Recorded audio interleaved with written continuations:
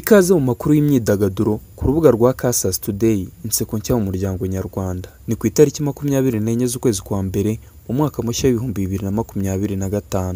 Ni amakuru meza cyane y'imyidagaduro ugiye kugezwaho nanjye Yambi, intore mu mfura la Medese ya Pregunta, Santi Enjo Mucyo n'amahoro iwacu mu gitaramo Silent Fire at Your Hearts na Billions, African Speed Cheetah Dreamer Boy Yambi Joy, Speaker Boy alone to make a load of Tokalas, Jim na Supermafita antagonist. Umwaka w'2025 ukomeje kubera umuhanzi Yamano umwaka mwiza udasanzwe. Ibyishimo ni byose ku muhanzi Yamano uhamya ko umwaka w'2025 ukomeje kumutungura ukamubera umwaka mwiza. Ibyo yabigarutseho nyuma yo kubona ko Minisitiri w'Urubyiruko no guteza imbere ubuhanzi Dr. Utuma Twishima Jean Paul Abudara yahuye n'urubyiruko rw'Iburera rukamusaba ko uyu muhanzi Yamano yazajya kubataramira mu karere k'iwabo. Ibi kandi Yamano yabigarutseho mu kiganiro yagiranye n'umunyamakuru wo ku gihe.com nyuma yo kubona ubwo butumwa bwa Minisitiri Utuma Twishima. Mu minsi ishize Minisitiri Utuma Twishima abinyujije ku rukuta rwe rwa X yagaragaje ko yahuye n'urubyiruko rw'Iburera bamubwira ko nubwo bafite akazi kenshi ariko bakumbuye ibitaramo.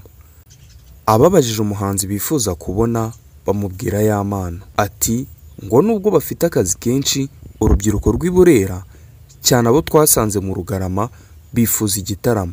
Nanjye ni none se murashaka nde? Bati turashaka Yamano akadususurutsa mu Kidaho. Minisitiri yasoje ubutumwa bwe agira ati abamwegereye mumubwire ko urubyiruko rw'Iburera rumushaka. Minisitiri Utuma Twishima yijeje Yamano ko nka minisitiri biteguye kumufasha gukora iki gitaramo agataramira urubyiruko rw'Iburera. Yamano kandi nawe yavuze ko nyuma yo kubona ubutumwa bwa Minisitiri w'Urubyiruko yasanze umwaka w'2025 ukomeje kumutungura. Yagize ati urebye ko nawe utangiye umwaka w'2025 ukareba ibiri kugenda bimbaho nkomeje gutungurwa bikomeye. Ibaze Yamano kuba uyu munsi minisitiri ari kumvugaho.